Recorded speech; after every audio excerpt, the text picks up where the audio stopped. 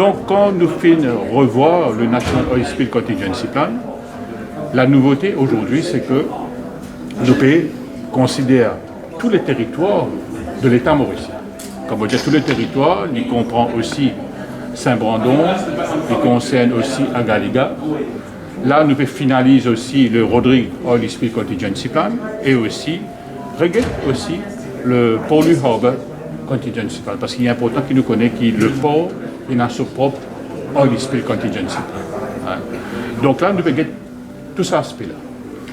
Et un des éléments importants du National Oil Spill Contingency Plan qui date de 2003, c'était différents niveaux d'alerte, le Tier 1, Tier 2, Tier 3, et par rapport avec un événement de oil spilling.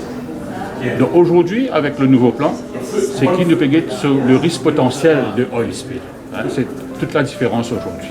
Mais vous pensez, c'est que ce workshop qui vous fait là, c'est que vous pouvez faire un workshop principalement pour faire une analyse maintenant, travail sur une recommandation que le consultant, M. Matthew Somerville, peut faire, et bien sûr, à la base de sa workshop-là. Donc demain, nous pour une séance de travail aussi, M. Matthew Somerville, puis on a le ministre Osnou, qui est responsable aussi du National Disaster Committee, et puis on a aussi le ministre Soudia Modou, qui est responsable du ministère de la Pêche et du Blue Economy, quand nous pouvons valider le rapport. Au niveau de Maurice, quels sont un peu le programme pour COP26 éventuellement faire face à parce qu'il nous faut quand même une première victime. Exactement. Et surtout, comment Maurice, nous pouvons dire un grand pays éventuellement faire le nécessaire parce que Maurice, le World Risk Report classifie Maurice comme le 52e pays au monde qui est plus à risque par rapport avec le changement climatique. Nous pouvons prendre toutes les précautions nécessaires, toutes les mesures qui besoin prendre pour capable protéger le pays face au changement climatique.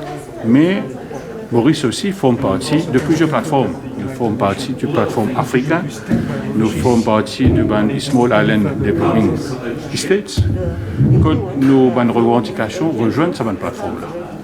Et une des revendications, une des demandes qui cette plateforme-là fait, c'est que les pays développés doivent respecter l'engagement qu'ils ont fait prendre.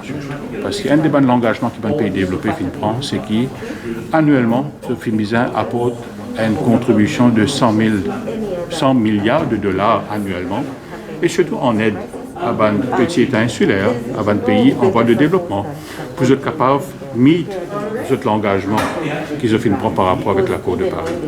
Donc, un des sujets de discussion qui peut y avoir dans le COP26, c'est principalement pour mettre un petit peu plus de pression et aussi engager une discussion pour qu'ils mettent beaucoup plus de moyens à un pays vulnérable surtout et gagnent le moyen nécessaire pour capable entamer une action nécessaire contre le changement climatique.